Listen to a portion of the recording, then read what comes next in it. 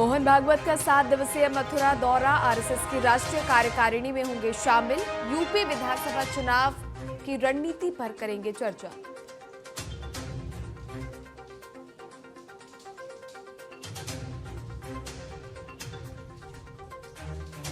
उमर खालिद शर्जील की जमानत पर सुप्रीम कोर्ट कल सुनाएगा फैसला। पिछली सुनवाई में फैसला रखा था सुरक्षित। 2020 में हुए दिल्ली दंगों के हैं आरोपी दोनों।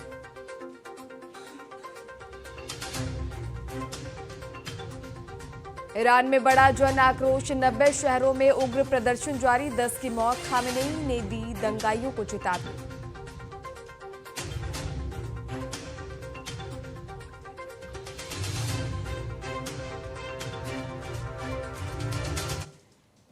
वेनेजुएला में अमेरिकी सैन्य कार्रवाई ने वैश्विक राजनीति में भूचाल ला दिया। राजधानी कराकस पर किए गए अमेरिकी हमले के बाद राष्ट्रपति निकोलस मादुरो को गिरफ्तार कर न्यूयॉर्क लाया गया। अमेरिका ने इस ऑपरेशन को ऑपरेशन एब्सोल्यूट रिजॉल्व नाम दिया है, जबकि राष्ट्रपति डोनाल्ड ट्रंप ने ऐलान किया कि फिलहाल वेनेजुएला को अमेरिका चलाएगा। अमेरिकी एयर स्ट्राइक में भारी जानमाल का नुकसान हुआ है। वेनेजुएला सरकार के एक अधिकारी ने पुष्टि की है कि कराकस में अमेरिकी हमले में कम से कम 40 लोगों की मौत हुई है। ऑपरेशन एब्सोल्यूट रिजॉल्व के अमेरिकी सैनिकों ने राष्ट्रपति निकोलस मादुरो को हिरासत में ले लिया।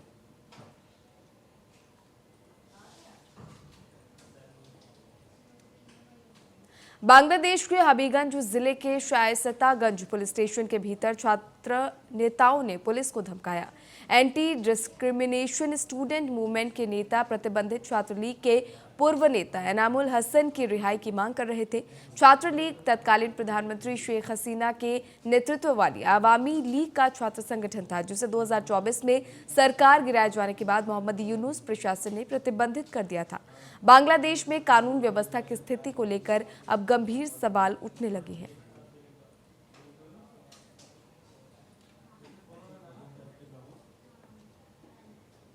बढ़ते आगे, जहां प्रधानमंत्री नरेंद्र मोदी आज वाराणसी में 72वें राष्ट्रीय वॉलीबॉल टूर्नामेंट का उद्घाटन करेंगे। पीएम मोदी इस टूर्नामेंट का वीडियो कॉन्फ्रेंसिंग के जरिए उद्घाटन करेंगे। 4 से 11 जनवरी तक आयोजित होने वाले इस टूर्नामेंट में पूरे भारत से विभिन्न राज्यों और संस्थानों का प्रतिनिधित्व करने वाली 58 टीमों के हिस्से के रूप में 1000 से ज्यादा खिलाड़ी भाग लेंगे।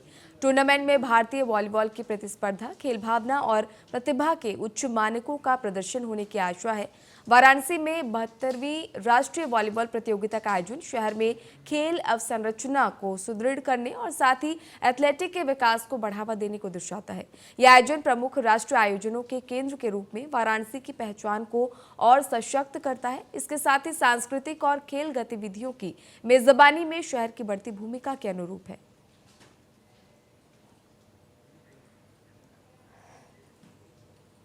और इस बीच एक बड़ी जानकारी सामने आ रही है, जहां मोहन भागवत का 7 दिवसीय मथुरा दौरा रहने वाला है। आरएसएस की राष्ट्रीय कार्यकारिणी में मोहन भागवत शामिल होंगे। यूपी विधानसभा चुनाव की रणनीति पर भी इस दौरान मोहन भागवत आरएसएस की राष्ट्रीय कार्यकारिणी के साथ चर्चा करेंगे। संगठन की योजनाओं पर गहन मंथन इस बैठक में, इस मीटिंग में किया जाएगा। आरएसएस प्रमुख मोहन भागवत अपने 7 दिवसीय दौरे पर आज मथुरा पहुंचे, जहां वो वृंदावन स्थित केशव धाम में अखिल भारतीय कार्यकारिणी की बैठक में अध्यक्षता करेंगे। इसके अलावा संगठन की आगामी योजनाओं पर भी मंथन करेंगे। मोहन भागवत 10 जनवरी तक वृंदावन में रहेंगे और विभिन्न सत्रों में भाग लेंगे। इसमें संघ के शीर्ष पदाधिकारी और संगठनों के प्रमुख लोग शामिल होंगे। बैठक में संघ के प्रोजेक्ट्स की समीक्षा की जाएगी। इसके अलावा आगामी योजनाओं पर विचार विमर्श भी किया जाएगा। और सबसे अहम यह है कि यूपी में 2027 में विधानसभा चुनाव होने वाले हैं। ऐसे में भागवत राज्य की चुनावी रणनीति पर भी गहन चर्चा करेंगे।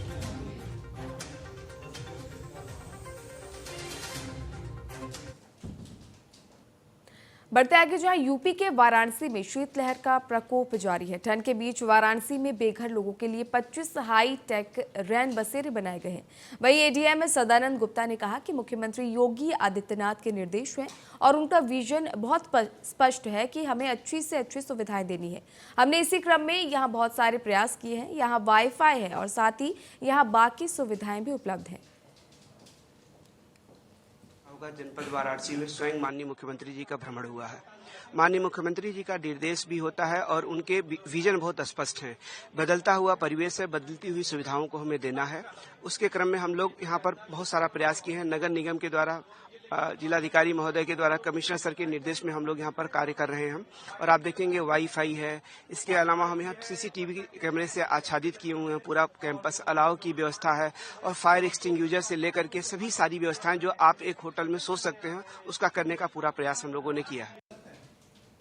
और इस बीच एक बड़ा अपडेट सामने आ रहा है, जहां उमर खालिद और शर्जील पर सुप्रीम कोर्ट अहम फैसला सुनाने वाला है। जमानत याचिका पर 5 जनवरी को सुप्रीम कोर्ट फैसला सुनाएगा और सुप्रीम कोर्ट ने 10 दिसंबर 2025 को फैसला जो है उसके लिए सुरक्षित रखा था। दिल्ली हाई कोर्ट ने जमानत देने से इनकार कर दिया था। अब इस मामले में सुप्रीम कोर्ट में अहम सुनवाई होनी है। सुप्रीम कोर्ट दोनों की जमानत पर अहम फैसला जो है वो सुनाने वाला है। दोनों 2020 में दिल्ली दंगों के आरोपी हैं। सुप्रीम कोर्ट 5 जनवरी को शर्जील इमाम, उमर खालिद और अन्य की याचिकाओं पर अपना फैसला सुनाएगा। इसमें उन्होंने दिल्ली हाई कोर्ट के उस आदेश को चुनौती दी है जिसने 2020 के उत्तर पूर्वी दिल्ली दंगों के पीछे कथित बड़ी साजिश से जुड़े यूएपीए मामले में उन्हें जमानत देने से इनकार कर दिया था। सुप्रीम कोर्ट ने 10 दिसंबर 2025 को हुई पिछली सुनवाई में जमानत याचिका पर अपने फैसले को सुरक्षित रख लिया था और अब 5 जनवरी को जो है सुप्रीम कोर्ट दोनों की जमानत पर अहम फैसला सुनाने वाला है। कहीं ना कहीं बड़ी सुनवाई से माना जा रहा है। उमर खालिद और शर्जील पर सुप्रीम कोर्ट ये अहम फैसला सुनाने वाला है। 5 जनवरी को जमानत याचिका पर ये सुनवाई होनी है।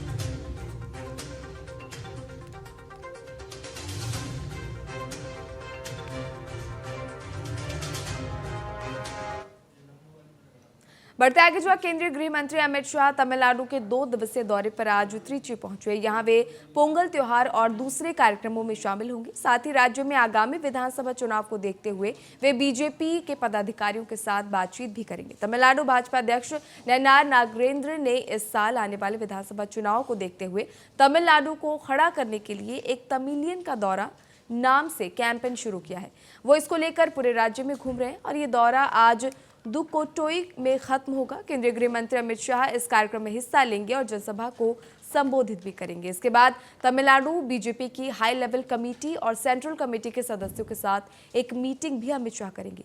अमित शाह तमिलनाडु के मौजूदा राजनीतिक हालातों और विधानसभा चुनाव की तैयारियों पर सलाह देते नजर आएंगे।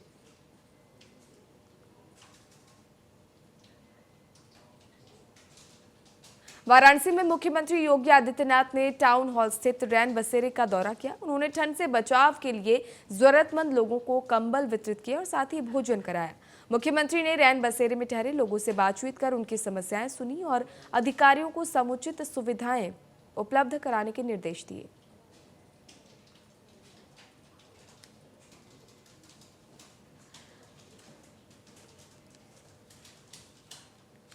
सीएम योगी ने रैन बसेरे का दौरा किया। इस दौरान जरूरतमंदों को कंबल भी सीएम योगी ने वितरण किए, उनसे बातचीत की। टाउन हॉल रैन बसेरे का सीएम योगी ने निरीक्षण किया है।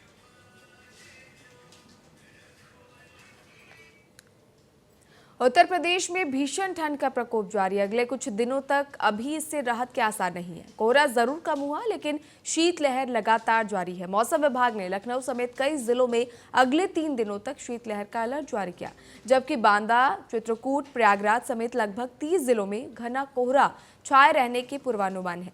कई जिलों में कोहरे की वजह से सुबह शून्य दृश्यता यानी विजिबिलिटी बेहद कम देखी गई है। राजधानी सहित पूर्वी एवं मध्य यूपी के कई जिलों में फिलहाल 3 से 4 दिन धूप के दर्शन नहीं होंगे।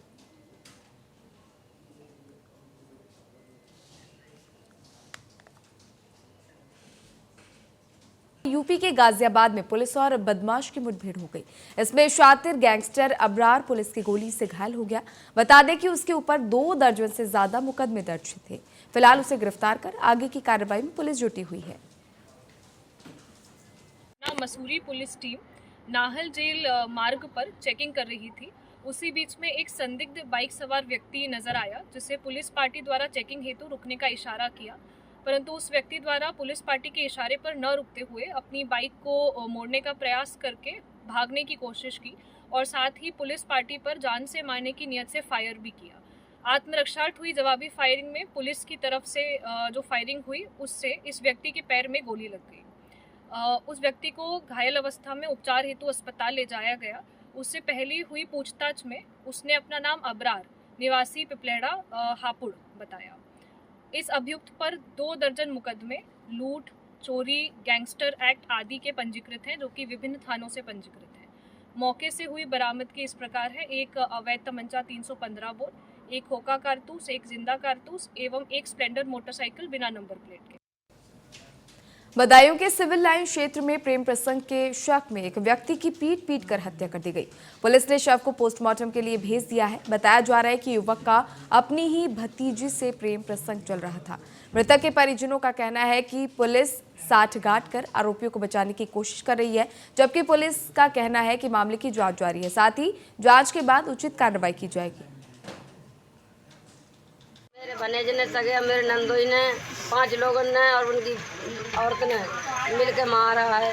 अच्छा, कहाँ के घस नंगला मारो है उसे के नीचे। अच्छा, तो क्यों मारा, कारण क्या है? मेरे लड़का आए रहो हो तब देखो कि गौ हुई है अपने रिश्तेदारी में, भाई बहन रिश्तेदारी है, तो मेरे लड़का 3 किलोमीटर से आगे से घेरो हो। मेरे लड़का गाँव में को भागो है। मेरा लड़का भागो तो वही घेर के वही पुरानी मार डालो। अच्छा, कैसे मारा है कुछ मालूम? पता नहीं है साहब, मुझे न मालूम क्या मारा ये। क्या नाम है इनका? आपके बेटे का नाम क्या है? मेरा बेटा कमल नाम है। पहलगाम हमले को लेकर दिए गए विवादित बयान के मामले में लोक गायिका नेहा सिंह राठौर लखनऊ के हजरतगंज थाने में पहुंची। पुलिस की ओर से उन्हें बयान दर्ज कराने के लिए 4 बार नोटिस जारी किए गए थे। नोटिस मिलने के बाद नेहा सिंह राठौर और उनके पति थाने पहुंची। वहीं उन्होंने मीडिया से बातचीत करते हुए कहा कि हमें आज दूसरा नोटिस मिला है। जब पहला नोटिस जारी हुआ था तब तबीयत ठीक नहीं थी, इसलिए जब हमें आज नोटिस मिला तो हम तुरंत आ गए, क्योंकि अब तबीयत बेहतर है। हम अभी यहाँ एसएचओ का इंतजार कर रहे हैं, जो इन्वेस्टिगेटिंग ऑफिसर है। हम जांच में पूरा सहयोग करेंगे।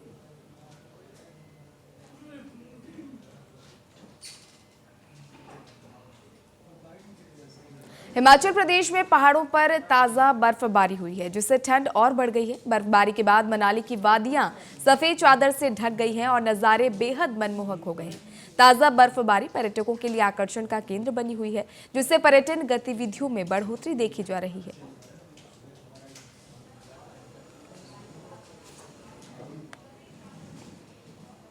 मध्य प्रदेश के सतना जिले में कर्ज से बचने की सनक ने एक पति को हैवान बना दिया। 35 लाख रुपए के बैंक लोन के बोझ से छुटकारा पाने के लिए पति ने अपनी ही पत्नी को मारने की साजिश रची। आरोप है कि शराब के नशे में मारपीट करने के बाद उसने फिनाइल की गोलियां पानी में मिलाकर पत्नी को जबरन पिला दी। हालात बिगड़ने पर महिला को अस्पताल में भर्ती कराना पड़ा। फिलहाल पीड़िता की शिकायत पर पुलिस ने केस दर्ज कर आरोपी पति को गिरफ्तार भी कर लिया है। आगे की कार्रवाई जारी है। रात में मेरे पति नशे की हालत में आए थे घर, और उन्होंने गेट खटखटाया। मैंने दरवाज़ा खोला, उसके बाद मैं वॉशरूम चली गई थी। जब मैं वॉशरूम से बाहर आई तो मुझे लगा वो अंदर आ गए हैं, तो मैंने गेट वापस से बंद कर दिया। जब मैंने गेट वापस बंद कर दिया तो कुछ देर बाद उन्होंने वापस गेट खटखटाया, तो मैंने दरवाज़ा खोला।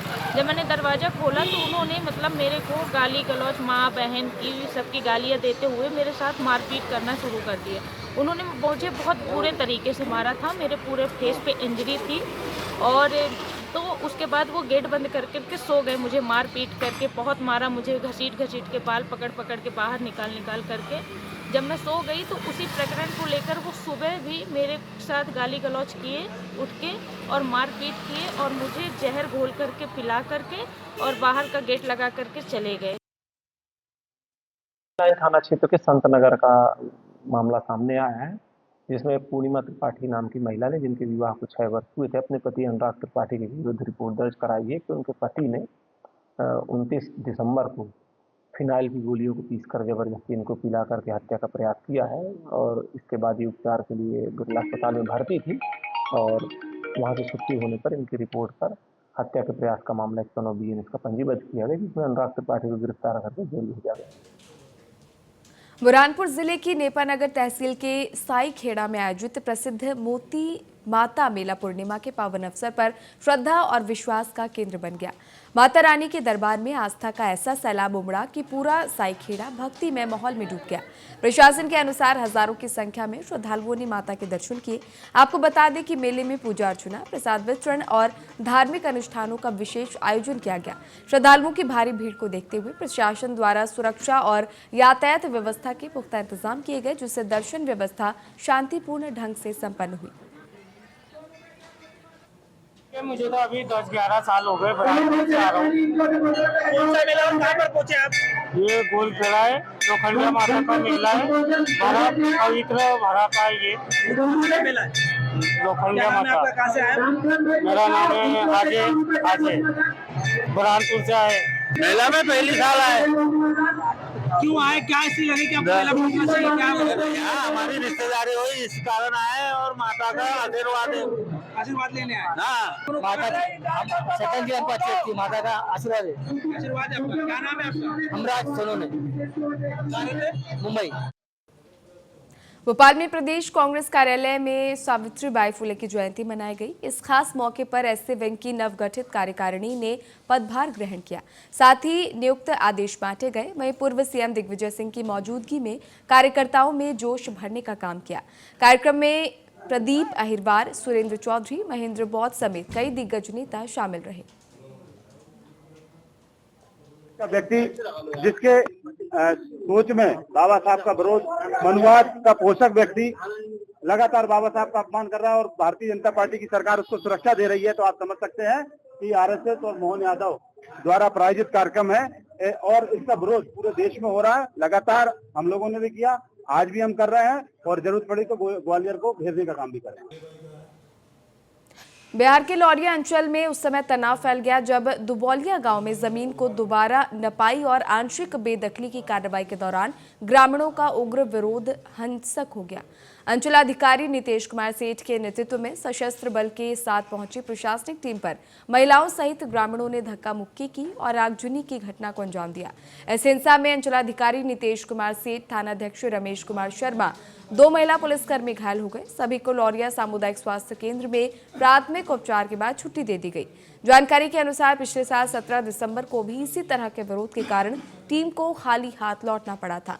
अंचलाधिकारी ने असामाजिक तत्वों के खिलाफ एफआईआर दर्ज करवाई और अतिरिक्त बल के साथ जल्द दोबारा कार्रवाई की बात कही है। फिलहाल गांव में अतिरिक्त पुलिस बल तैनात है और स्थिति तनावपूर्ण लेकिन नियंत्रण में है। प्रशासन पूरे मामले पर कड़ी नजर रखे हुए है। जी बताया जाए। BLDR वाद संख्या 109-25-26 मनोज कुमार जायसवाल वर्सेस वंशराज में डीसीएलआर न्यायालय द्वारा आदेश पारित था, जिसके अनुपालन के क्रम में आज हम लोग दुबौलिया थाना 451 खाता 30 खेसरा 366 रकबा लगभग 70 डिसमिल एवं अन्य पर नापी हेतु पहुंचे हुए थे, जिसकी सूचना इन लोगों को पहले भी दी गई थी। पूर्व की तिथि 17 तारीख थी, उस तिथि को भी इनके द्वारा अवरोध उत्पन्न किया गया था। तो हम लोग पुनः जो है फोर्स की मांग की, इन लोगों को फिर से सूचना का तामीला कराया और आज हम लोग सिर्फ नापी कराने गए। नापी के क्रम में इनके द्वारा उपद्रव किया गया, फोर्स पदाधिकारियों पे लाठी डंडा और पत्थर चलाया गया, जिससे कई लोगों को गंभीर चोट भी आई हुई है। और अब पास में ही कुछ झोपड़ियाँ थी, उसको आग लगा दिया गया। तो और भी ग्रामीण जो है उनको भी उनकी वजह से जो है वो उनके पे खतरा आ सकता था। हम लोग प्राथमिकी दर्ज कर कार्रवाई कर रहे हैं। और इसी के साथ फिलहाल के लिए इस बुलेटिन में इतना ही। देश और दुनिया की तमाम बड़ी खबरों के लिए बने रहिए TNP न्यूज़ के साथ। नमस्कार।